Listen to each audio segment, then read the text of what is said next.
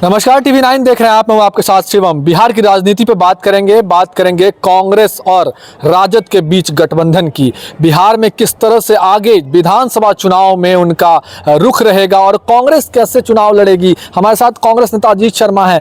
3 बैठकें आप लोगों ने कर ली है अभी तक, क्या कुछ निकल कर सामने आया? कांग्रेस कितने सीटों पर चुनाव लड़ रही है, अब तो पता चल जाना चाहिए था। नहीं, ऐसा कुछ नहीं है। अभी सब बैठकें चल रही है और कांग्रेस पार्टी कितने सीटों पर चुनाव लड़ेगी इसका फैसला हमारे आदरणीय राष्ट्रीय अध्यक्ष खड़गे साहब, हमारे नेता जो विपक्ष के नेता भी हैं संसद भवन में, आदरणीय राहुल गांधी जी, मैडम सोनिया गांधी जी, ये लोग तय करेंगे कितने सीटों पे कांग्रेस लड़ेगी। लेकिन लगता है कि बहुत सम्मानजनक सीटों पे कांग्रेस चुनाव लड़ेगी, इसमें आप चिंता मत कीजिए।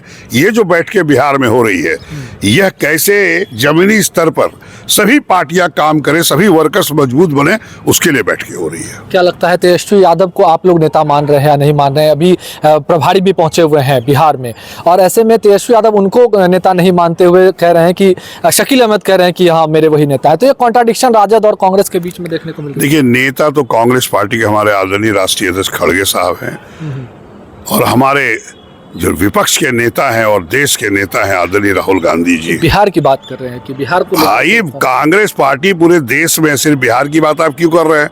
जब नेता की बात कीजिएगा तो हमारे आदरणीय राहुल गांधी जी हमारे नेता हैं, इसमें आप बात मत बदलिए। जो भी फैसला बिहार में होगा वो आदरणीय राहुल गांधी जी खड़गे साहब मिलकर तय करेंगे। यहाँ कुछ तय नहीं होना है, लेकिन यहाँ पे कांग्रेस कैसे मजबूत हो, गठबंधन का सभी दल कैसे मजबूत हो, हर क्षेत्र में जो भी जहाँ से लड़े दूसरी पार्टियां उनको मदद करे, उसकी तैयारी हो रही है।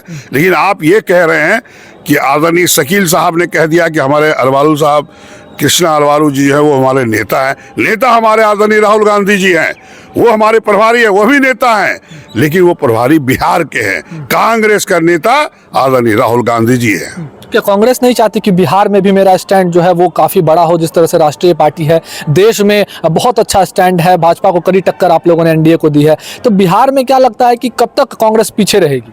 कभी पीछे कांग्रेस नहीं है। कांग्रेस देश के हित में, जनता के हित में समझौता करती है, गठबंधन कर रही है। चूंकि एनडीए की सरकार को उखाड़ फेंकना है, जो महंगाई आकाश छू रहा है, जो युवकों को रोजगार नहीं दे पा रहा है, पलायन हो रहा है काम करने के लिए, ये सब चीजों पर देखना है। इसलिए कांग्रेस पार्टी अभी गठबंधन की सरकार किसी तरह बने बिहार में, इसके लिए लगी हुई है। लेकिन यह मत कहिए आदरणीय तेजस्वी यादव हो, आदरणीय लालू प्रसाद यादव जी हो, खड़गे साहब हो, राहुल गांधी, सब लोग बैठ के तय करेंगे। माले, सीपीआई, सब लोग बैठ के तय करेंगे और सभी सीट का समझौता होगा। और इस बार सरकार हमारी गठबंधन की बनेगी, ये आपको मैं बताऊं, एनडीए का सरकार उखाड़ फेंकेंगे। बिहार में जिस तरह की स्थिति है, आप लगातार कह रहे हैं कि पलायन की स्थिति है, रोजगार नहीं मिल रहा युवाओं को, तो ऐसे में कांग्रेस क्या कुछ घोषणा लाएगी? जब चुनाव आ रहा है, इस साल ही चुनाव होने हैं, तो कांग्रेस की ओर से भी कोई घोषणा है? बिल्कुल घोषणा है। पलायन को रोकेंगे, यहाँ पे इंडस्ट्री लगाएंगे, लोगों को रोजगार देंगे। यहाँ पर आपको बता दें, युवकों को जो आज शिक्षक के अभ्यर्थी हैं उन पर लाठीचार्ज हो रहा है, वो सब नहीं होगा। शिक्षक की अच्छी तरीके से बहाली होगी। जो भी होगा पारदर्शिता होगा, पूरा खुले ऐना की तरह साफ होगा। निश्चित तौर पर बता दें, कांग्रेस पार्टी भारतवर्ष को आजाद कराने से जो भी विकास हुआ है देश का, कांग्रेस पार्टी ने किया है। कांग्रेस पार्टी और आदरणीय राहुल गांधी जी बोलते ही हैं, पलायन रोकेंगे, युवकों को रोजगार देंगे, महंगाई कम करेंगे। निश्चित तौर पर हम लोग ये काम करने को तैयार हैं और जनता इस बात को समझ रही है। और बिहार में हम लोग की इंडिया गठबंधन की सरकार बनेगी और एनडीए को उखाड़ फेंकेंगे। आधी आबादी है, महिलाओं को किस तरह से आप लोग साधने का प्रयास करें? क्योंकि कोर वोटर्स वो नीतीश कुमार की मानी जाती है कि जब से शराबबंदी लागू हुई थी तो महिलाएं जो है वो नीतीश कुमार की तरफ और भी ज्यादा हो गई थी कि उन्हें ही वोट करना है, जदयू को ही वोट करना है। तो ऐसे में उनको किस तरह से आप लोग खींचने का प्रयास? ये आप लोग मीडिया वाले बोलते हैं महिलाएं, आप हमारे यहाँ देख रहे हो जिस तरह से महिलाएं आके हमारे साथ मेंबरशिप ले रही है कांग्रेस पार्टी का, आप देख रहे हैं भागलपुर में। इसलिए ये मत बोलिए कि महिलाएं नीतीश कुमार जी के साथ है। महिलाएं कांग्रेस पार्टी के साथ है। और हम भी चुनाव लड़ते हैं, 3 बार से यहाँ से विधायक हैं, जनता ने चुना है। सभी माँ बहनें हमको वोट देती हैं और आगे भी देंगी। यह मत बोलिए महिलाओं को महंगाई से त्रस्त है, गैस सिलेंडर का दाम देखिए कितना त्रस्त है, वो सब समझ रही है कि एनडीए सरकार क्या कर रही है। इसलिए यह कहना कि महिलाएं आदरणीय नीतीश कुमार जी के साथ, ये गलत है। जो काम करेगा, जो उनके बच्चे को रोजगार देगा, जो महंगाई रोकेगा, पलायन को रोकेगा, उनके बच्चे को बाहर काम करने जा रहा है, वो महिलाएं उसी को वोट देंगे। इसलिए इस बार इंडिया गठबंधन को सभी महिलाएं वोट देने जा रही हैं। शराबबंदी भी एक बहुत बड़ा मुद्दा है, क्योंकि विपक्ष लगातार चाह रही है कि शराबबंदी को खोल दिया जाए, हटा दिया जाए ये कानून को, क्योंकि लगातार जहरीली शराब से भी मौत होती है बिहार में और रोजाना जो है वो शराब की खेप पकड़ाती है। ऐसे में क्या लगता है कि शराबबंदी एक अहम मुद्दा हो सकता है इस बिहार विधानसभा? देखिए, शराबबंदी तो हम लोगों ने सब मिलजुल के बड़ी अच्छी चीज है, लेकिन दिक्कत क्या है, पूरे देश में अभी एनडीए की सरकार है, आदरणीय नीतीश जी भी एनडीए में है। अगर आप बिहार में शराबबंदी किए थे तो पूरे देश में होना चाहिए। उससे फायदा ये होगा कि वो जो शराब माफिया शराब लाके दूसरे राज्यों से बिहार में बिक्री करते हैं और ये राजस्व दूसरे स्टेट को जाता है, वो बंद होगा। उसके आड़ में जहरीली शराब आती है और मौतें होती है। एक एक घर में होम डिलीवरी हो रहा है बिहार में। क्या आदरणीय नीतीश कुमार जी इस बात को नहीं जान रहे हैं? चाहे तो आप इसको कड़ेती से, जो पदाधिकारी मिले हुए हैं शराब, उस पर कड़ी से कार्रवाई करिए। आप कार्रवाई नहीं कर पा रहे हैं, इसीलिए पुलिस मिली हुई है, तभी तो शराब बिक रहा है। कैसे आ रहा है यहाँ?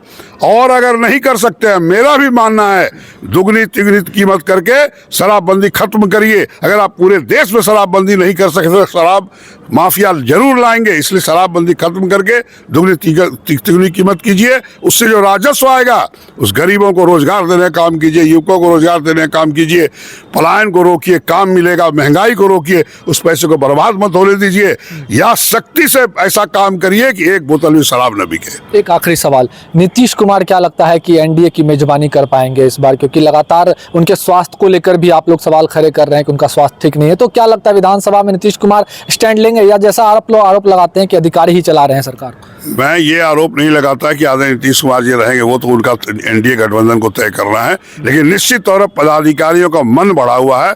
आदरणीय नीतीश कुमार पहले पदाधिकारी लोग कंट्रोल में होता था, आदरणीय लालू जी को ले लीजिए, कांग्रेस पार्टी का राज ले लीजिए, लेकिन अभी निश्चित तौर पर पदाधिकारी का मनोबल बढ़ा हुआ है। वो किसी नेता की बात नहीं सुनते, किसी जनता की बात नहीं सुनते। करप्शन आकाश छू रहा है। निश्चित तौर पर हम लोग की सरकार जब बनेगी, निश्चित तौर पर इस सारे को बंद करेंगे। और कौन नेतृत्व करेगा एनडीए गठबंधन में, ये एनडीए के नेताओं से पूछिए। चलिए, तो हमारे साथ अजीत शर्मा थे बातचीत करने के लिए। इन्होंने साफ तौर पे बताया कि हमारे नेता जो हैं वो अभी राहुल गांधी और मल्लिकार्जुन खड़गे ही हैं। बिहार में किस तरह से राजनीति होगी, बिहार में विधानसभा चुनाव में क्या कुछ होगा, यह वही तय करेंगे। और बिहार में नीतीश कुमार को लेकर कहा कि उन्हें अधिकारी कंट्रोल कर रहे हैं, बेलगाम है अधिकारी, और ऐसे अधिकारियों पर नीतीश कुमार कार्रवाई नहीं कर पा रहे हैं। जब लालू जी का शासन था तो उस समय अधिकारी के ऊपर कंट्रोल था सरकार का, और अब वो कंट्रोल सरकार पूरी तरह से खो गई है। तो बिहार में कांग्रेस का क्या स्टैंड रहेगा, महागठबंधन का क्या स्टैंड रहेगा, यह तो चुनाव के परिणाम ही बताएंगे। लेकिन तैयारियों को लेकर आपस में घमासान जरूर छिड़ गया है, सीटों को लेकर अंदर ही अंदर घमासान जरूर है। खुलकर कोई नेता बाहर अभी बात को बताने में सक्षम नहीं हो पा रहे हैं, लेकिन कहीं ना कहीं मनभेद दोनों जो है सभी पार्टियों के बीच में अंदर ही अंदर देखा जा सकता है। भागलपुर से TV9 के लिए मैं शिवम।